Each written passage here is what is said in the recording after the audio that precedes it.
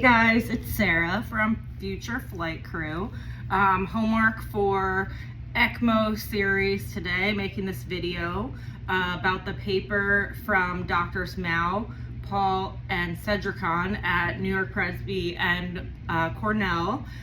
So what was this paper about? They wanted to examine the following: the Cesar study before and after.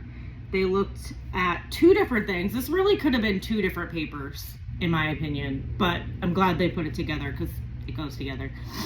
One point of interest was about patients and cost. The second was about the medical research activities related to ECMO patients. So in these twofold, they wanted to look at the patients in different ways, their characteristics, and that included gender, race, insurance status, other clinical conditions, and comorbidities. And they wanted to look at their outcomes. So in-hospital mortality, peri-procedure complications, length of stay. They wanted to look at the use of ECMO. And they wanted to look at the institutions where these patients were at. The size of the hospital, how many beds they have, and their teaching status. So that's point one. Point two, they wanted to look at the medical research activities surrounding ECMO before and after the Cesar trial. They went through all the research done via PubMed publications and used mesh terms for ECMO. They wanted to make sure they were looking at studies about adults, studies that were in English, and then they wanted to look overall at the trends in these publications and journals. Okay, so what did they conclude about ECMO before the trial and after the trial? Be summed up in three statements: more ECMO, more studies, and more sick.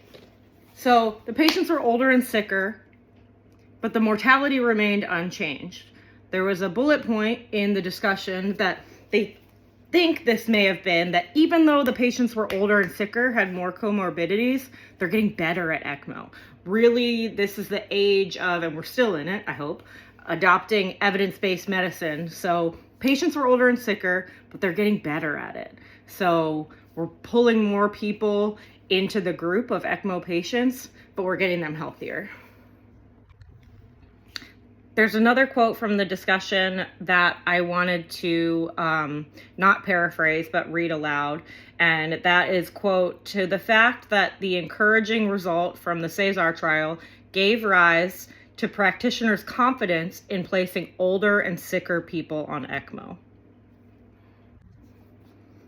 And to the second point, point 1A, of the types of patients and their institutions, it was more likely to be used in hospitals with a large bed size. So this reflects what was quoted in the Cesar study that said ECMO is most efficient in large critical care units.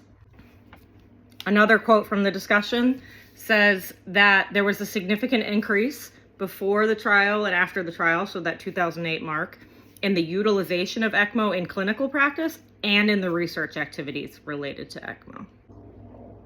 So what does this study mean for us in the HEMS world and the transport world?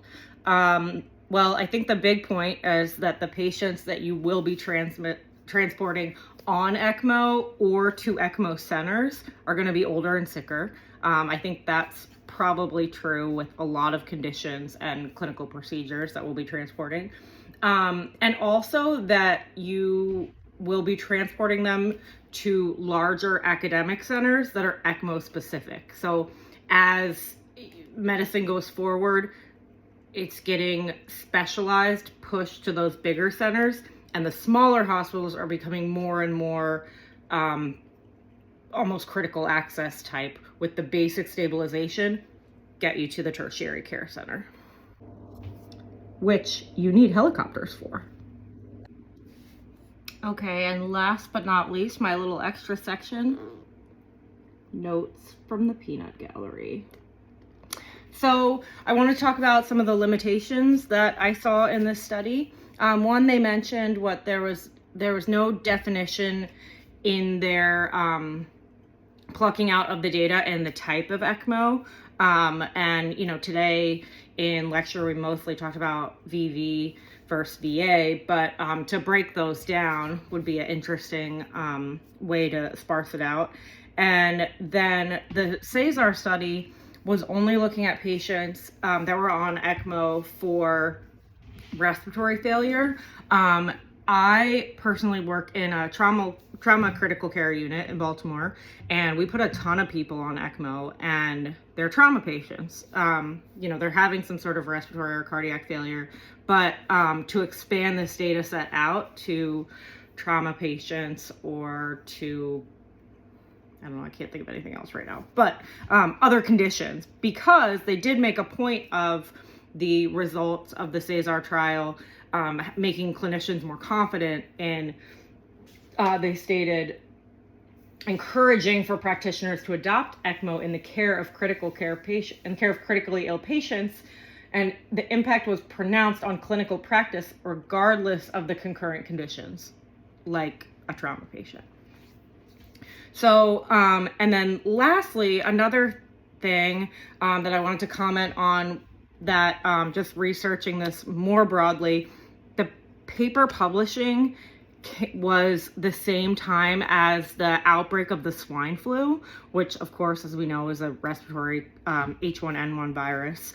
So kind of perfect, if terrible, timing that those things go together, and how that maybe impacted the use of ECMO, and then led to more studies and more getting good at it and that sort of thing.